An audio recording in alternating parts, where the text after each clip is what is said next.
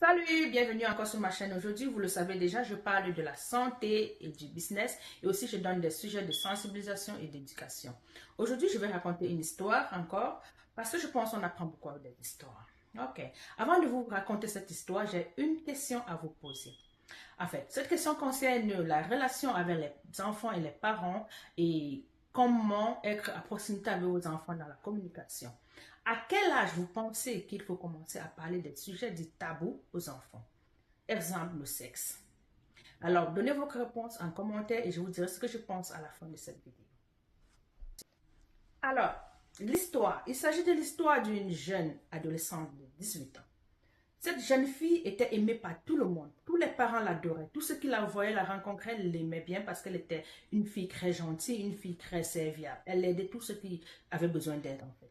Et elle était la fille unique à la maison. Quand je dis fille unique, c'était pas le seul enfant, mais c'était la seule fille parmi les garçons. Alors là, elle jouait un peu le rôle de la maman parce que la maman était plus souvent à l'extérieur pour chercher comment subvenir à leurs besoins et accompagner aussi le papa dans l'éducation des enfants, surtout le côté financier. Alors, la jeune fille se retrouvait en train de jouer le rôle de la maman. Comme vous le savez bien en Afrique, les jeunes filles s'y prennent la responsabilité très tôt. Et surtout quand tu es la seule à la maison. Alors, tout allait bien, elle rentrait, elle préparait pour ses frères, elle faisait tout à la maison, elle nettoyait, tout ça. À un moment donné, la jeune fille a commencé à prendre du poids. Vous savez, dans la puberté et tout ça, avec quand on est encore adolescent, il y a des moments qu'on peut prendre du poids, mais ça passe comme ça inaperçu parce que les adolescents parfois mangent aussi peut-être beaucoup, voilà quoi. Et un jour, la copine de la maman arrive à la maison et elle dit à la mère, il faut regarder cet enfant. Elle dit comme ça, mais la mère dit, mais pourquoi? Elle me dit, je pense que cet enfant a changé. Il y a quelque chose, il faut demander ce qui ne va pas, mais je suspecte quand même quelque chose. Il faut parler à cet enfant. Et la mère, vous savez, la mère savait que sa fille était mademoiselle parfaite. Alors la mère disait, mais non, pourquoi tu parles de ma fille comme ça? Elle n'est pas comme toutes les autres filles, voilà. Elle est toujours là à la maison, même quand elle a ses devoirs à faire. Les amis viennent plutôt à la maison pour faire les exercices et tout ça, mais elle n'est pas une fille désordonnée. Pourquoi tu penses que... Alors, la mère a rejeté en bloc, quoi. Je veux dire, elle a balayé tout ce que la copine disait du revers de la main. Alors, tout allait bien jusque-là. Un jour, la mère a voyagé et la fille est restée, elle avait tellement mal au ventre. Elle est rentrée à la maison, elle s'est enfermée dans sa chambre. Quand le papa revient avec les frères, il se pose la question, mais où est, je dirais, mademoiselle Parfait? Tout le monde dit, mais c'est bizarre parce qu'aujourd'hui, la maison n'est pas bien nettoyée. Et puis, voilà quoi. C'était pas comme d'habitude. C'était pas chaleureux. C'était pas. Voilà. On savait qu'il y a quelque chose qui manquait, qu'elle n'avait pas fait. Et voilà, le papa se dit, bon, peut-être qu'elle avait beaucoup de devoirs qu'elle devait faire. Peut-être qu'elle a les examens à faire et qu'elle était très occupée. Voilà. On va un peu l'aider aussi à ranger aujourd'hui et tout ça. Mais voilà, le frère entre dans la chambre. Il trouve sa soeur qui se tord de douleur. Il ressort, il dit au papa, elle a mal au ventre. Quand le papa vient, le papa les examine, le papa se dit, voilà, bon, ça doit être les règles douloureuses, voilà quoi. Le papa dit, as-tu pris quelque chose? Elle dit, oui, papa, j'ai pris quelque chose. Mais elle ne dit pas plus. Elle dit, papa, ça doit aller. Et le parent est sorti avec les autres frères, ils faisaient ce qu'ils avaient à faire au salon et tout. Mais c'était curieux que, à l'heure du dîner, la jeune fille n'est pas sortie de sa chambre. C'était pas quelque chose, c'était pas une habitude usuelle. Alors, ils ont commencé quand même à dire, mais qu'est-ce qui ne va pas?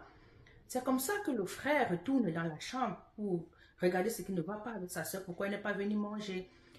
Il trouve la fille hurlant de douleur, qui était déjà au sol. Elle s'enroulait au sol et elle a commencé à vomir du sang. Il alerte le parent. Il dit, papa, papa, voilà, quelque chose se passe. Elle vomit, c'est bizarre, elle vomit du sang. Le papa qui vient tout en courant, il demande, mais qu'est-ce qui ne va pas? Tu étais où avant? Tu as mangé quoi? Papa a pensé à l'empoisonnement. Il a commencé à poser les questions, il a commencé à s'affoler. Il a dit, allez chercher, vous savez, là-bas, on n'a pas des interventions rapides comme les urgences qui viennent rapidement à la maison. Il dit, allez chercher la moto, le taxi, voilà. Il a commencé à s'affoler. Mais qui t'a donné les... Et voilà, la jeune fille commence à dire, oui, papa, comme c'était tellement, elle voyait que c'était déjà grave, elle a dit à papa, c'est monsieur tel, monsieur du quartier, qui m'a donné des médicaments parce que j'avais mal au ventre. Il m'a donné une portion. Mais le papa dit, comment il peut te donner une portion? Mais il n'avait pas le temps de tout réaliser ça parce qu'il fallait sauver la fille, il fallait l'amener à l'hôpital puisqu'elle vomissait du sang, elle était mal. Alors, pendant ce temps, les jeunes du quartier, parce que les frères étaient avec les amis à la maison, les amis ont couru chez le monsieur qui a donné la portion à la jeune fille pour partir chercher le monsieur pour qu'il vienne dire pourquoi il a donné la portion à la jeune fille sans l'avis des parents, parce que quand même, elle est encore mineure, on peut dire comme ça. Monsieur dit, le temps, on l'amène à l'hôpital, elle arrive à l'hôpital, on commence les premiers soins, on commence à courir là. Monsieur dit, le temps, déjà l'hôpital a vu qu'elle faisait un avortement, le monsieur déclare que oui, elle est venue me voir, elle ne voulait pas que les parents sachent, et je le fais d'habitude, il n'y a pas de problème. C'est pas souvent dangereux, je ne sais pas ce qui s'est passé chez elle, et tout, il explique comme ça, qu'il lui a donné un médicament, une portion, et puis tout le monde était farouche. Tout le monde était farouche. Le quartier était farouche. Alors, mère le pire, je prends une minute de silence. Parce que cette histoire m'a fait mal. Cette histoire est troublante, touchante. Le pire est arrivé. La jeune fille est partie. C'était quand même le scandale.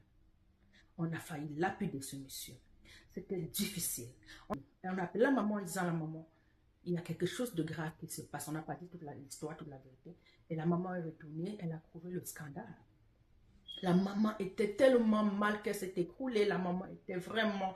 elle a commencé à déprimer parce qu'elle ne savait même plus ce qu'elle disait. Elle disait, oh, si j'avais su, oh, qu'est-ce qui s'est passé? Pourquoi je n'ai pas demandé à ma fille, Tchad, mon ami m'avait dit ça. C'est comme ça que la maman a commencé à relater parce que quand on pleure, on ressort des choses qui sont en nous, qui étaient refoulées, quoi, parce que ça revient, quoi, comme je ne sais pas comment, mais... La maman commence à dire, mais elle m'avait parlé, j'ai refoulé de la main. Si j'avais su, je causais avec ma fille, je demandais à ma fille ce qui se passait, elle avait quelque chose comme la grossesse et tout ça, mais je n'ai pas su et tout ça. Bon, voilà, c'était déjà très grave. Et depuis ce jour-là, cette maman ne s'est jamais remise. Elle ne s'est jamais remise. Elle est devenue l'ombre d'elle-même. Vous imaginez quelqu'un qui perd sa seule fille. Elle a d'autres enfants, mais c'était la seule fille. La maman est devenue l'ombre d'elle-même. Elle était tellement... Elle faisait pitié.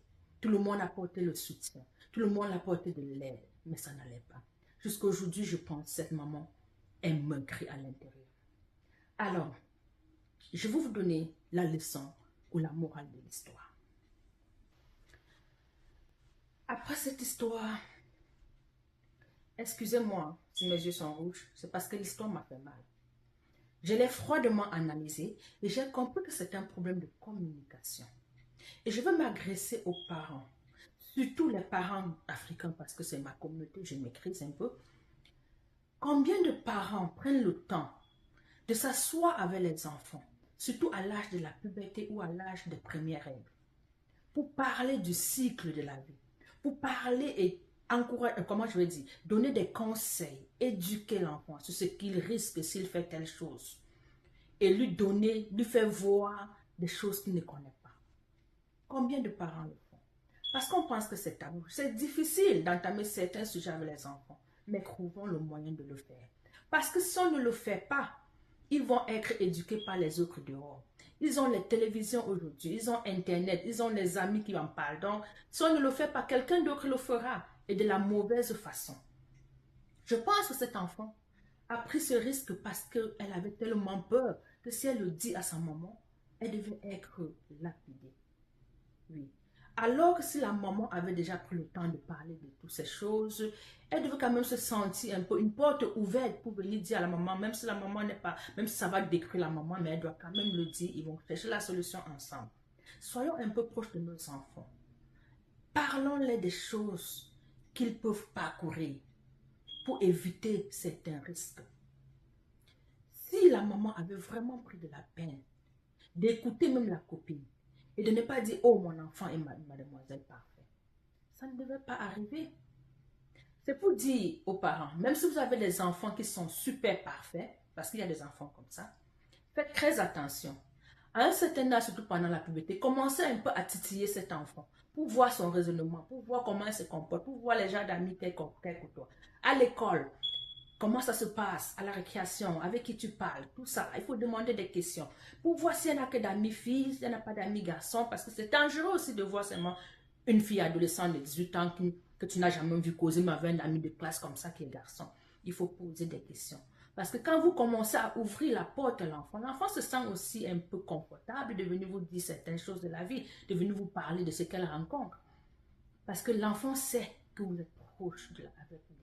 Mais si vous ne le faites pas, l'enfant aurait peur que si ce danger arrive, quelle sera votre réaction?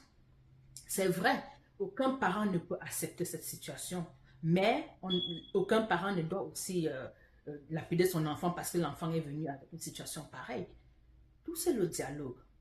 Alors c'est pour ça que je fais cette vidéo, pour vous dire qu'à mon point de vue, il n'y a pas de sujet tabou.